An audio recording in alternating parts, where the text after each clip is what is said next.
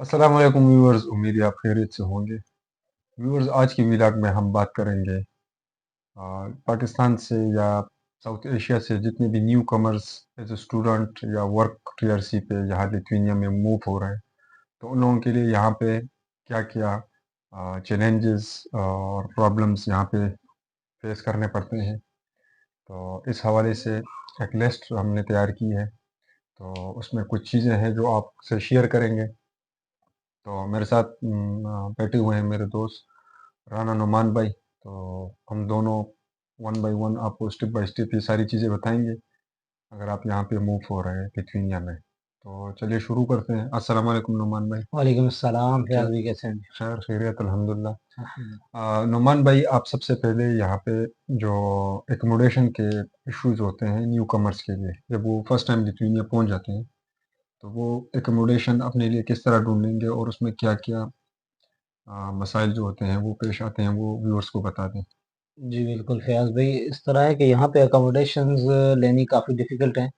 ख़ास करके फ़ॉरेनर्स के लिए। जो लोकल्स हैं उनको तो वो परमिट कर देते हैं, उसका तो मसला ही कोई नहीं होता।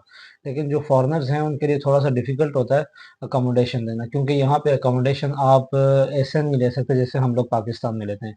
यहाँ पे जब भी आपने लेना है, आपने 6 महीने का, साल का कॉन्ट्रैक्ट करना है, डिपॉज़िट देना है हुँ, और हुँ। 1 साल का आपका कॉन्ट्रैक्ट होगा, 6 महीने का व्हाटएवर। 6 महीने से कम कॉन्ट्रैक्ट तो नहीं करते, 6 महीने का कॉन्ट्रैक्ट करते हैं। उसमें क्या होता है कि जब आप यहाँ पे आपने 1 महीना रहा, आप 2 महीने रहे, उसके बाद आप कहते हैं कि नहीं, मुझे अभी ये अपनी अकोमोडेशन चेंज करनी है। तो उसमें फिर इन्होंने ये तरतीब रखी होती है कि जब आप अकोमोडेशन चेंज करेंगे, आपको रेंट नहीं पे करना, लेकिन आपका कॉन्ट्रैक्ट 6 महीने का है, तो आप डिपॉज़िट जो दिया है वो आपको 6 महीने बाद ही मिलेगा वापस। उससे पहले आपको डिपॉज़िट नहीं मिल सकता, डिपॉज़िट उनके पास रहेगा। पहली बात तो ये। फिर दूसरी बात ये कि अगर कोई नए नए बंदे, जो न्यू कमर्स कोई आ रहे हैं, कोई नए बंदे आ रहे हैं, वो अपना जो फ्रेंड्स हैं वहाँ पे, यहाँ पे लिथुआनिया में कोई जानने वाला है, कोई दोस्त यार है, कोई भी है वटेवर, उससे आने से पहले ही वो अपनी अकोमोडेशन का बंदोबस्त करवा ले, क्योंकि उसके लिए डिफिकल्ट होगा। जो न्यू कमर्स बंदे आ रहे हैं, जो नए बंदे आ रहे हैं, या जो नया कोई भी बंदा आ रहा है, उसके लिए डिफिकल्ट होगा अकोमोडेशन लेना। और वैसे आप अगर देखना चाहें तो फेसबुक पे ऑलरेडी उन्होंने पेज बनाए हुए हैं। ये बूतो नामाज का एक फेसबुक पेज है। बूतो नामा, यहाँ पे बूतो बोलते हैं घर को। घर जो आप अपार्टमेंट लेते हैं कोई भी, उसको बोलते हैं बूतो। बूतो नामाज का एक पेज बना हुआ है फेसबुक पे। आप वहाँ पे जाके अपने लिए अकोमोडेशन सर्च कर सकते हैं। उन जिनकी है उनसे कांटेक्ट कर सकते हैं, अपनी डिपॉजिट की अपनी सारी बात उनसे क्लियर कर सकते हैं। तो ये है कि हाँ, एक चीज़ माइंड में रखें कि जब आप इंग्लिश बोलेंगे, यहाँ पे इंग्लिश बहुत कम लोग बोलते हैं और इंग्लिश को प्रेफर भी नहीं करते हैं। जो लोग इंग्लिश बोलते हैं उनको अकोमोडेशन देना उनके लिए वो बेटर नहीं समझते, वो फॉरेनर्स को नहीं देते। तो आप ये कोशिश करें कि जब आप कांटेक्ट कर रहे हैं किसी से भी, तो आप कोशिश करें कि आप गूगल ट्रांसलेट से इंग्लिश में लिथुआनियन ट्रांसलेट करें और उसके साथ ट्रांसलेटर पे बात करें। फिर जाके उनका घर देखें और घर देख के उसके बाद उनसे डील कर लें आप। तो ये चीज़ है अकोमोडेशन का। अकोमोडेशन यहाँ पे कॉन्ट्रैक्ट के साथ होती है और कॉन्ट्रैक्ट कॉन्ट्रैक्ट के बगैर नहीं होती। और उस अकोमोडेशन की बेस पे आपकी डिक्लेरेशन होती है, रेजिडेंस डिक्लेरेशन जो होती है। जब कोई बंदा यहाँ पे आता है, एज अ स्टूडेंट आता है या एज अ रेजिडेंस परमिट पे आता है, किसी भी चीज़ के लिए भी वो आता है, तो वो जब यहाँ पे आता है तो 1 महीना 1.5 महीने का टाइम उसके पास, मैक्सिमम 1.5 महीना उसके पास टाइम होता है। वो 1.5 महीने में अपनी डिक्लेरेशन करवाता है। जब आप डिक्लेरेशन नहीं करवाते अपनी रेजिडेंस की, तो आपको माइग्रेशन डिपार्टमेंट की तरफ से मेल मौसूल होती है कि you have to leave the country. Country leave की मेल आनी शुरू हो जाती है। फिर आपको वो टाइम देते हैं कि 3 वीक्स का, 4 वीक्स का वो टाइम होता है। उस टाइम में फिर आपने कंट्री लीव करना होता है हर हाल में। तो उसमें ये है कि आप अगर कोई भी बंदा आ रहा है तो अपनी अकोमोडेशन को मद्देनजर रख के आए और अपने डिक्लेरेशन वाली चीज़ को अपने माइंड में रखें कि आपने डिक्लेरेशन 1 महीने के अंदर अंदर अपनी रेजिडेंस की करवानी है। आपने अपनी रेजिडेंस का कॉन्ट्रैक्ट करना है 6 मंथ का या साल का या जितना भी वटेवर।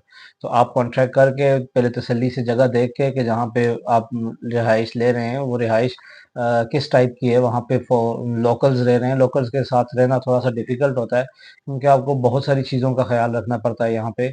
उनके साथ जब आप रह रहे हैं तो उनका कल्चर डिफरेंट है, आपका कल्चर डिफरेंट है। आपको थोड़ा सा, जैसे एक बिल्डिंग में अपार्टमेंट हैं साथ उनके भी दूसरे भी, तो आपको थोड़ा सा एहतियात करना पड़ता है। तो ये चीज़ है अकोमोडेशन। अकोमोडेशन यही है बस। अच्छा, तो व्यूअर्स, दूसरा जो यहाँ पे सबसे बड़ा मसला है न्यू कमर्स के लिए, वो जॉब फेक जॉब्स होते हैं। जब आप पाकिस्तान से यहाँ पे आते हैं और अप्लाई करते हैं वर्क परमिट के लिए एजेंट के थ्रू, तो मोस्टली केसेस मैंने ऐसे देखे हैं कि वहाँ पे जब आप यहाँ पे लिथुआनिया पहुँच जाते हैं, ना तो आगे वो जॉब होता है और ना ही वो कंपनी होती है। तो फिर आपके लिए बहुत सारे प्रॉब्लम्स यहाँ पे क्रिएट होते हैं। और विद इन 6 मंथ जब आपकी कंपनी ना हो, तो या आप जब तक आप यहाँ पे 6 महीनों का टैक्स पे नहीं करते, तो आप लिथुआनिया से कहीं और कंट्री मूव नहीं कर सकते। तो उस सूरत में ये एक बड़ा मसला बन जाता है। मैंने 2-3 लड़के ऐसे देखे हुए हैं जो पाकिस्तान से आए हुए हैं, फैसलाबाद और ये पंजाब से। तो उन लोगों के लिए ये मसला बना हुआ है यहाँ पे। तो कभी वो पोलैंड फ़ोन कर रहे हैं, वहाँ पे उन लोगों के दोस्त हैं, कभी जर्मनी, कभी बेल्जियम। तो अगर आप यहाँ से किसी और कंट्री में भी मूव करना चाहते हैं और अपनी टीआरसी चेंज करना चाह रहे हैं, फॉर एग्जांपल पोलैंड में, तो उसके लिए भी आपको 1500 से लेकर 2000 यूरो फर्दर आपने पे करने होंगे और उस पे भी 4-5 महीने लग जाते हैं। तो जब भी आप अप्लाई करते हैं एजेंट के थ्रू, तो आप ये चीज़ें कंफर्म कर लें पाकिस्तान में एजेंट से। कहीं ऐसा ना हो कि हम लिथुआनिया चले जाएँ और वहाँ पे फिर जॉब अवेलेबल ना हो या कंपनी ना हो, उस सूरत में उससे कोई रिटर्न में कोई कंडीशंस आप रख के आएँ। ऐसा ना हो कि आप कोई कंडीशंस ये ना रखें और खुद इस तरह आए और फिर सारी ज़िम्मेदारी जितनी भी यहाँ पे रिस्पॉन्सिबिलिटी हो वो खुद उठानी पड़े, तो आपके लिए बहुत बड़ा मसला होगा। अब जो तीसरा इशू है यहाँ पे, वो हार्श विंटर है वेदर का। तो वो आपको नुमान भाई बताएंगे कि यहाँ पे वेदर में क्या मुश्किलात पेश आती है फॉरेनर्स को। ये फयाज़ भाई, यहाँ पे हार्श वेदर है, बहुत ज़्यादा कोल्ड है। तो आपको जब भी आप पाकिस्तान से आ रहे हैं तो ये ज़हन में रखें कि पाकिस्तान वाला वेदर यहाँ पे नहीं है। यहाँ पे आपको पूरे साल में सब जस्ट 55 डेज़ आपको सनशाइन वाले मिलेंगे, कि आपको सूरज निकला हुआ नज़र आएगा 55 दिनों में। लेकिन 55 दिनों के अलावा आप नहीं उम्मीद लगा सकते कि यहाँ पे आपको वेदर अच्छा मिलेगा। वेदर कोल्ड ही है। आप जब भी आएँ अपने साथ वहाँ से अच्छी जैकेट्स, अच्छे शूज़, और कोशिश करें कि जैसे वो सेफ्टी शूज़ और होते हैं बर्फ़ वाले, वो शूज़ वग़ैरह वो सारा कुछ लेके आएँ। यहाँ पे आपको वो चीज़ें मिलेंगी, ये नहीं है कि नहीं मिलेंगी, लेकिन मिलेंगी एक्सपेंसिव। आपको यूरोज़ में लेनी पड़ेंगी और पाकिस्तान से आपको बहुत मुनासिब पड़ जाएँगी। तो आप कोशिश करें वहीं से लेके आएँ। तो यहाँ पे हर चीज़ मिल जाती है, लेकिन मिलती एक्सपेंसिव है। जैसे यूरोज़ में लेना और पाकिस्तानी रुपयों में लेना बंदे को बहुत बड़ा डिफरेंस पड़ता है। तो ये कि वेदर जो है वो आप ये समझ लें कि 3 महीने आपको सूरज नज़र भी आएगा, बाहर भी निकलेंगे आप, सारा कुछ होगा, लेकिन 3 महीने में भी कुछ दिन आपको नज़र आएगा। बाकी आपको वेदर कोल्ड ही मिलेगा हर टाइम। हॉट तो आप तसव्वुर ही नहीं कर सकते कि यहाँ पे माइनस कहीं हॉट माइनस हो। 30 माइनस, तक ये हाँ, विंटर में विंटर में चला तो जाता है। -30 20 से 20 प्लस रहता है विंटर में। लेकिन ये कि जैसे विंटर खत्म हो जाता है तो आप उम्मीद कर सकते हैं कि टेम्परेचर 8 तक या 9 तक या 10 तक, मैक्सिमम 10 तक आप उम्मीद लगा सकते हैं कि मैक्सिमम 10 तक जाएगा। उससे ऊपर विंटर में नॉर्मल डेज में भी नहीं जाता। तो ये कि वेदर हार्श ही है। अच्छा, जो नेक्स्ट इशू है व्यूअर्स, वो यहाँ पे फाइनेंशियल इश्यूज का होता है और कोई किसी को 1 यूरो भी नहीं देता।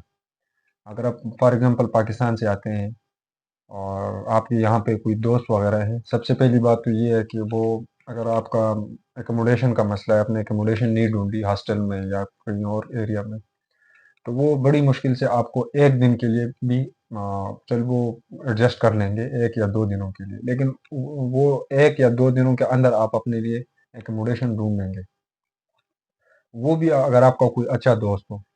तो फाइनेंशियल इश्यूज यहाँ पे बहुत सारे होते हैं स्टूडेंट्स और जितने भी ये वर्क परमिट वाले पाकिस्तान से आते हैं।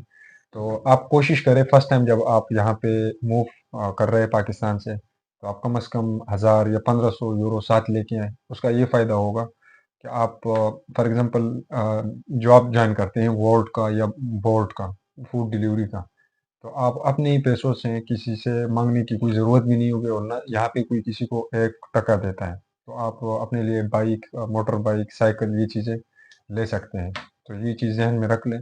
जब भी आप यहाँ पे आएँगे तो आप पैसे जो हैं वो 1500 यूरो माइंड में रख लें, वो साथ लेके आएँ। जो नेक्स्ट इश्यू है यहाँ पे न्यू कमर्स के लिए, वो पार्ट टाइम जॉब्स का है। तो मोस्टली यहाँ पे ये लोग लिथुआनियंस लोकल को प्रेफ़र करते हैं होटल्स वग़ैरह में। तो स्टूडेंट के पास जो सबसे बेस्ट ऑप्शन है या वर्क परमिट वालों के पास अगर फ्री टाइम हो तो वो फूड डिलीवरी है यहाँ पे वोल्ट और बोल्ट में। तो उसमें ये इजीली ये काम कर सकते हैं वोल्ट और बोल्ट का। लेकिन इसमें एक मसला ये है कि यहाँ पे ज़्यादातर लोगों को तो पहली बात ये है कि तरीके का पता नहीं है कि वोल्ट में और बोल्ट में अकाउंट किस तरह बनाते हैं। जब भी आप यहाँ पे अकाउंट बनाएंगे तो आपको बीएमआई एक ऑफिस है टैक्स कलेक्शन का, तो वहाँ से आपको एक सर्टिफिकेट लेना पड़ेगा। जब तक वो सर्टिफिकेट आपके पास ना हो, इंडिविजुअल एक्टिविटी सर्टिफिकेट, तो उस टाइम तक आप ना वोल्ट पे काम कर सकते हैं ना बोल्ट पे, तो वो आपके लिए लाजमी है। और इसमें सबसे बड़ा इशू जो है वो बोल्ट और बोल्ट अकाउंट को लोग मिस यूज़ करते हैं, पाकिस्तानी गलत यूज़ करते हैं। तो उसके जो नुकसानात होते हैं वो आपको नुमान भाई डिटेल में बता देंगे। ये सबसे इम्पोर्टेंट चीज़ है इस पूरे लिस्ट में। अगर आप लोग अपना अकाउंट जो है ये गलत तरीके से यूज़ करते हैं बोल्ट का या बोल्ट का, तो नुमान भाई बताएं व्यूअर्स को कि इसके क्या नुकसानात हो सकते हैं फ्यूचर में। जी, फ़याज़ भाई। इसमें ये है कि जैसे कोई भी बंदा अगर अपना वोल्ट का या बोल्ट का कोई भी अकाउंट बनाता है, वो अकाउंट बनता है आपकी टीआरसी पे ना, वो आपकी टीआरसी पे बनता है और एक टीआरसी पे जस्ट एक अकाउंट चल सकता है। उसमें क्या होता है कि लोग मिसयूज़ इस तरह से करते हैं कि जैसे डिलीवरी का उसको नहीं उनको नहीं पता, आइडिया नहीं है, लोकेशन का नहीं पता। वो फूड को पिक करते हैं और फूड को पिक करने के बाद जब डिलीवरी पॉइंट पे जाते हैं तो उनको डिलीवरी नहीं मिलती, उनको लोकेशन नहीं मिलती, उनको जब बंदे को वो नहीं सर्च कर सकते, जगह को नहीं देख सकते, तो वो क्या करते हैं कि डिलीवर कर देते हैं। डिलीवर करने में उनके अकाउंट में पेमेंट तो आ जाती है, लेकिन क्या है जब डिलीवरी पे क्लिक करते हैं, पीछे वाला बंदा जब आपको एक बार कस्टमर सपोर्ट पे वो आपकी कंप्लेन करेगा, तो मेरे ख्याल में 3 कंप्लेंट्स के बाद या 4 मोस्ट मैक्सिमम 5 कंप्लेंट्स के बाद आपके अकाउंट को बैन कर दिया जाता है और वो बैन होता है फॉरएवर के लिए, मतलब वो आप दोबारा नहीं चला सकते। उस टीआरसी पे दोबारा अकाउंट नहीं बन सकता। तो ये आपने बहुत ध्यान में रखना है अपने अकाउंट को जब भी आपने यूज़ करना है, तो अपने अकाउंट के जो रेटिंग है वो आपकी बढ़नी चाहिए, कम नहीं होनी चाहिए। लोगों का एतमाद आपके अकाउंट पे होना चाहिए, कम नहीं होना चाहिए। तो ये चीज़ है कि जब भी आप यूज़ करें, आप उसको बड़े ध्यान से उन दूसरे की चीज़ को बड़े ध्यान से जगह पे पहुँचाएँ, उन तक पहुँचा के डिलीवर करके उनसे फिर रेटिंग लें। तो मा मसला ये है कि लोग यहाँ पे ऐसे ही डिलीवरी कर देते हैं, उनको नहीं पता होता, आइडिया नहीं होता लोकेशंस का, आइडिया उनको नहीं होता कि हमने कैसे डिलीवर करना है क्योंकि लोग आपको बता देते हैं अपने घरों के कोड, आप दरवाज़ा डोर जैसे बंद है, डोर का कोड बता देते हैं, आप डोर ओपन करते हैं, बिल्डिंग में ऊपर जाते हैं, जाके उनके रूम में आप उनको सर्विस देते हैं। तो जब आपको लोकेशन का आपको इस चीज़ का आइडिया नहीं होता तो आपका अकाउंट बैन हो जाता है और अकाउंट बैन हो गया तो आपका ये इनकम बंद हो गया। फिर आपको कहीं न कहीं से अगर आपने काम करना है, आप फ्री हो, आपका अकाउंट बैन हो गया तो फिर आपने कहीं न कहीं से रेंट पे 20% पे ले लेना है, 30% पे ले लेना है, वो अकाउंट आपने लेना है। लेकिन उसमें क्या होगा कि एक तो बोल्ट का कमीशन, एक टैक्स का आ गया, उसके बाद फिर आपने 20% जिसका अकाउंट लिया हुआ है उसको भी आपने पे करना है। तो ये चीज़ होती है कि आप जब भी अपना अकाउंट यूज़ कर रहे हैं, जब भी आप काम कर रहे हैं बोल्ट पे या वोल्ट पे व्हाटएवर किसी चीज़ पे भी, तो आपको बड़े ध्यान से काम करना है ताकि आपका कोई भी कंप्लेंट आपकी ना जाए। अगर कोई भी कंप्लेंट आपकी गई तो आपका अकाउंट बैन हो गया। ये इश्यूज़ आते हैं अच्छा व्यूअर्स, फैज़ जो भाई। नेक्स्ट इशू है यहाँ पे वो है कल्चरल डिफरेंसेस का। और यहाँ की जो सोसाइटी है वो ऑलमोस्ट इंट्रोवर्ट सोसाइटी है। तो कहने का मकसद ये है कि यहाँ के लोग जो है वो बहुत ही पूरी यूरोप में जो ईस्टर्न यूरोपियन कंट्रीज़ है या वेस्टर्न जितने भी हैं, यहाँ ये लिथुआनियन जो है ये बहुत कम बातें करते हैं। आप कहीं पे भी इन लोगों को देखेंगे ये बिल्कुल खामोश खड़े होते हैं। 25-30 बंदे एक जगह पे होंगे बस स्टॉप पे, वो बात नहीं करते हैं। बस में बैठेंगे, आप कहेंगे कि बस में एक भी बंदा नहीं है। तो इन लोगों का जो कल्चर है वो हमसे बहुत ही डिफरेंट है। हमारे यहाँ पाकिस्तान में या एशियन कंट्रीज़ में हम ट्रैवल करते हैं तो बड़ा शोर होता है, कोई किसी को कॉल आती है, कोई गाने सुन रहा होता है, कोई टिकटॉक यूज़ कर रहा होता है। लेकिन यहाँ पे ये चीज़ें बहुत ही डिफरेंट है। तो ये अपने माइंड में रख के इस तरह खुद को यहाँ पे अडॉप्ट करना होगा। और इसके अलावा जो शोर है, ये शोर को बर्दाश्त नहीं कर सकते। अगर आप कहीं पे हॉस्टल में रहते हैं या रेजिडेंशियल एरिया में, तो वहाँ पे नोटिस भी लगाए हुए हैं कि आप यहाँ पे शोर करेंगे तो इस तरह का नेक्स्ट जो फ़ाइन होगा वो आपको पे करना पड़ेगा। हॉस्टल्स में तो फिर भी नहीं है, लेकिन रेज़िडेंशियल एरियाज़ में ये चीज़ें अलाउ नहीं है। और जो नेक्स्ट इश्यू है वो यहाँ लैंग्वेज बैरियर है। लिथुआनियंस जितनी भी यंग जनरेशन है वो तो फिर भी इंग्लिश बोल लेते हैं। जो ओल्डर बूढ़े लोग हैं यहाँ के, उन लोगों को इंग्लिश बिल्कुल समझ ही नहीं आती और ना वो इशारों पे बात भी नहीं कर सकते हैं।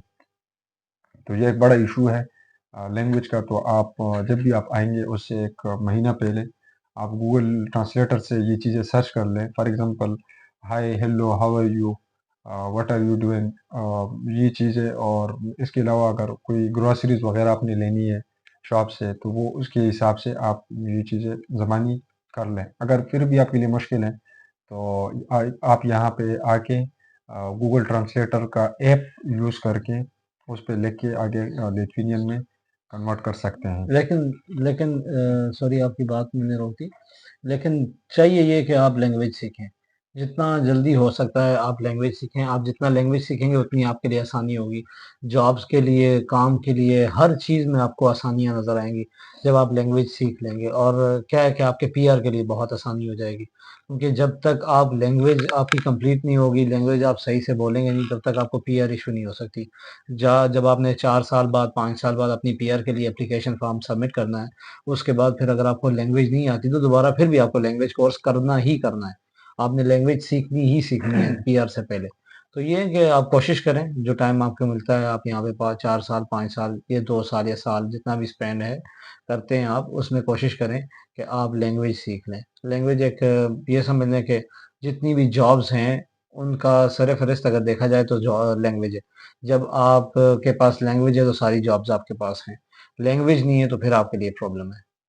जो नेक्स्ट इशू है यहाँ पे स्पेशली पाकिस्तानियों के लिए, वो ये है कि बहुत सारे स्टूडेंट ऐसे हैं कि वो जॉब कर सकते हैं। और हम सबको पता है कि हम सब मिडिल क्लास से ताल्लुक़ रखते हैं, इसलिए तो यहाँ पे आए हुए हैं जॉब्स के लिए या पढ़ने के लिए। तो जब हम यहाँ पे आते हैं, तो कुछ चीज़ें हम वहाँ पे मिस करके आते हैं। जिस तरह ये लाइसेंस है ड्राइविंग का, अगर आप पाकिस्तान में आपने गाड़ी चलाई हो और पाकिस्तानी लाइसेंस आपके पास हो, तो आते वक़्त वो आप लाज़मी इंटरनेशनल कर लें लाहौर से या किसी भी दूसरी सिटी से। जब आपके पास इंटरनेशनल लाइसेंस होगा यहाँ पे, तो आप 1 साल तक यहाँ पे गाड़ी चला सकते हैं, छोटी गाड़ी। तो उसका ये फ़ायदा होगा, आप 1 साल तक बोल्ट पे या टैक्सी पे गाड़ियाँ यहाँ पे इतनी महँगी नहीं है, 800 से लेकर 1200 यूरो के दरमियान आपको गाड़ी मिल जाती है। और उसके बाद आप बहुत सारे जॉब्स हैं जो ईज़िली आप जिस तरह बोल्ट है, ऊबर है, इसके अलावा और भी बहुत सारे जॉब्स हैं। लेकिन सबसे जो बेस्ट जॉब है यहाँ पे फ़ॉरेनर्स के लिए, पाकिस्तानियों के लिए, वो ड्राइविंग का है। और उसका नेक्स्ट जो फ्यूचर में फ़ायदा ये होगा, 1 साल के अंदर-अंदर आपको लिथुआनियन गवर्नमेंट आपको ये अलाउ करती है कि आप यहाँ का जो लाइसेंस है यूरोपीय यूनियन का या लिथुआनिया का जो लाइसेंस है, उसके लिए आप अप्लाई करें, पाकिस्तानी लाइसेंस के बेस पे। तो आते वक़्त ये चीज़ें साथ लाज़मी लेके आएँ। अगर आप नहीं लेके आएँगे, आप फर्स्ट टाइम जब आएँगे, आपको यहाँ पे फिर रियलाइज़ होगा। आप वापस जाएँगे 2 साल बाद या 3 साल बाद। उस टाइम के बाद आप दोबारा पाकिस्तान में लाइसेंस बना के आएँगे और ये चीज़ें फिर बनाएँगे। इसके बाद जो इश्यू है वो सबसे एक मैं बताऊँ कि मुश्किल इश्यू है पाकिस्तानियों के लिए, वो है सिगरेट स्मोकिंग। तो नुमान भाई आप बता दें इस सिगरेट स्मोकिंग के बारे में कि लोगों को आगाही हो जाए कि ये किस टाइप की सोसाइटी है और सिगरेट को ये किस तरह देखते हैं? फ़याज़ भाई, यहाँ पे ये है कि पूरे मुल्क में कानून है कि आप बिल्डिंग्स के अंदर सिगरेट नहीं पी सकते। आपको अगर सिगरेट पीना है तो आप स्मोकिंग एरिया में जाएँगे। आप बिल्डिंग के अंदर सिगरेट नहीं पी सकते। यहाँ पे स्मोक डिटेक्टर लगे होते हैं। जब आप सिगरेट पीते हैं तो वो अलार्म शुरू हो जाता है, और जब अलार्म शुरू होता है तो आपके ऊपर मिनिमम नै 50 यूरो टू 90 यूरो आपके ऊपर फ़ाइन आ सकता है। और अगर सेकंड टाइम आप करेंगे तो आपको 200 यूरो का फ़ाइन भी आ सकता है। लेकिन ये है कि सिगरेट यहाँ पे बिल्डिंग्स के अंदर अलाउ नहीं है, बाहर आप पी सकते हैं, लेकिन ये लोग खुद भी नहीं पीते। आप देखेंगे कोई सिगरेट पी रहा ही नहीं हो रहा होगा। मतलब सिगरेट पीते ही नहीं है उस तरह लोग, बहुत कम लोग सिगरेट पीते हैं, और वो भी जो पीते हैं तो वो स्मोकिंग एरिया के अंदर जहाँ पे अलाउड है वहाँ पे सिगरेट पीते हैं। तो सिगरेट यहाँ पे मतलब देखा जाए तो पी सकते हैं, लेकिन उस तरह से अलाउड नहीं है जैसे हमारे कंट्रीज में होता है कि हर जगह पे खड़े होकर सिगरेट पी रहे हैं, घर में सिगरेट पी रहे हैं, बाहर सिगरेट पी रहे हैं, गाड़ी में सिगरेट पी रहे हैं। यहाँ पे वो चीज़ नहीं है। यहाँ पे आपने स्मोकिंग एरिया के अंदर ही सिगरेट पीना है, जो स्मोकिंग एरिया बना हुआ है। और वो भी ये लोग बहुत तेज़ी से अपने उसमें कम कर रहे हैं कि ये सिगरेट स्मोकिंग जो है ना, लोगों के लिए डिफ़िकल्ट कर रहे हैं कि सिगरेट स्मोकिंग डिफ़िकल्ट हो ताकि लोग सिगरेट पिएँ ही ना। तो ये है कि ये मतलब अवाम की सेफ्टी के लिए अपनी जितनी भी इनकी अवाम है उसकी सेफ्टी के लिए ये लोग इसको स्ट्रिक्ट कर रहे हैं, और स्ट्रिक्ट करने का मकसद भी इनका यही है कि स्मोकिंग कम हो जाए। तो जितनी स्मोकिंग कम होगी उतनी लोगों की हेल्थ अच्छी होगी। तो ये इन्होंने बिल्कुल पाबंदी लगाई हुई है, और स्मोकिंग आप बिल्डिंग्स के अंदर तो कर ही नहीं सकते। अच्छा, और अभी आखिरी 2 इश्यूज़ है वो मैं जल्दी से डिस्कस कर लेता हूँ। एक है नो पार्किंग एरियाज़ में सिर्फ़ और सिर्फ़ मैंने पाकिस्तानी देखे हैं यहाँ पे जो बोल्ट में जॉब करते हैं। ऐसी जगह होती है कि वहाँ पे यहाँ पे जब भी आप गाड़ी पार्क करते हैं तो आप पे करेंगे। बिल विदाउट पेमेंट आप गाड़ी को पार्क नहीं कर सकते। तो मैंने बहुत सारे पाकिस्तानी ऐसे देखे हैं जो यहाँ पे सिग्नल तोड़ते हैं। मेन रोड पे यहाँ की गाड़ियाँ, लोग सब वो खड़े होते हैं और पाकिस्तानी चले जाते हैं, जिस तरह हम पाकिस्तान में करते हैं, लाहौर में, कराची में या दूसरी सिटीज़ में। तो इसका ये है कि फ्यूचर में आपकी स्टडीज़ पे भी, पीआर पे भी, जो भी होगा उस पे इसका एक गलत इंप्रेशन होगा और आपको मसाइल भी क्रिएट ये होंगे। और आखिरी जो इशू है वो ये है कि जितने भी लोग यहाँ पे आ रहे हैं, इस चीज़ का ख्याल रखें कि आप पाकिस्तान में अगर कोई आपको ये बता दे कि आप मेरी वहाँ पे फ़ीस जो है वो अपने अकाउंट से जमा कर दें यूनिवर्सिटी में या फिज़िकली जाएँ, तो आप ये काम कभी भी ना करें। अगर आप फॉर एग्ज़ाम्पल लिथुआनिया में हैं और कोई आपको बता दे कि मेरा 5,000 यूरो फ़ी है फ्लाइंग यूनिवर्सिटी में या कॉलेज में, वो आप वहाँ पे कर दें, मैं आपके घर में, बाइक हो, व्हाटएवर मैं यहाँ पे कर दूँगा। आपने ये काम नहीं करना है। ये 2 लड़कों के साथ हुआ है, तो पीछे से यहाँ के जो पुलिस है या इमिग्रेशन वाले हैं, वो आते हैं, वो पूरा डेटा उन लोगों के पास होता है। तो वो पूछ लेते हैं कि वो आपकी यहाँ की जो इनकम है, वो 800 यूरो या 1000 है, 1500 है और चाहिए तो ये कि आप इधर से पाकिस्तान पैसे भेज दें। लेकिन ये लोग आपको उधर से इधर क्यों भेज रहे हैं? पहली बात तो ये कि आप पे टैक्स आएगा। दूसरी बात ये है कि ये 1-2 लड़कों के साथ इस तरह हुआ है। एक्सप्लेनेशन देनी हाँ, पड़ेगी फिर आपको फिर बहुत आपको सारी। बहुत सारी बातों की एक्सप्लेनेशन देनी पड़ेगी कि ये मेरा फलाँ बंदा था, ये था, वो था। हाँ, अगर आपका ब्लड रिलेशंस है, भाई है, बहन है, तो फिर आप जमा कर सकते हैं। अगर इसके अलावा कोई है, तो वो इसके आप अलावा नहीं आप कर नहीं कर सकते। सकते, क्योंकि यहाँ पे फयाज भाई ये है कि 300 यूरो की अमाउंट जो है वो आप जब ट्रांसफ़र करते हैं वो बड़ी अमाउंट समझी जाती है। आप जो 300 यूरो से कम अमाउंट है वो अलग बात है, लेकिन जो 300 यूरो की अमाउंट है वो बड़ी अमाउंट समझी जाती है। तो जब आप 300 यूरो की ट्रांजैक्शन करते हैं और उसके ऊपर मेंशन नहीं होता कि आपने किस चीज़ के लिए की है, तो आपसे फिर भी इन्वेस्टिगेशन होती है, और आपको फिर भी एक्सप्लेन करना होता है कि आपने ये 300 यूरो किस मकसद के लिए किसी को भेजे हैं या किस मकसद से किसी ने आपको भेजे हैं। ये चीज़ है कि आपको एक्सप्लेन करना पड़ता है, इस चीज़ में बड़ी एहतियात रखनी पड़ती है कि आपको जो पैसे आ रहे हैं वो आपकी सैलरी के आ रहे हैं, आपकी जॉब के आ रहे हैं, और वो पैसे आप अपने घर वालों को भेज रहे हैं, अपनी फैमिली को सपोर्ट कर रहे हैं, बस ये चीज़। और किसी के बाहर के पैसे आपके अकाउंट में आने ही नहीं चाहिए। तो व्यूअर्स, ये था आज का व्लॉग हमारा इन इश्यूज़ पे कि जितने भी न्यू कमर्स पाकिस्तान से आ रहे हैं या किसी और एशियन कंट्रीज़ से, तो उन लोगों के लिए यहाँ पे क्या-क्या चैलेंजेस दरपेश होने पड़ते हैं। तो उम्मीद है आज का जो व्लॉग है इससे आपको बहुत सारी चीज़ों का अंदाज़ा लगा होगा। तो इंशाल्लाह मुलाकात होगी नेक्स्ट व्लॉग में, और फिर भी अगर आपको किसी चीज़ की समझ ना आए और कोई क्वेश्चन हो तो आप कमेंट सेक्शन में पूछ सकते हैं। इंशाल्लाह मुलाकात होगी नेक्स्ट व्लॉग में, तब तक के लिए अल्लाह हाफ़िज़।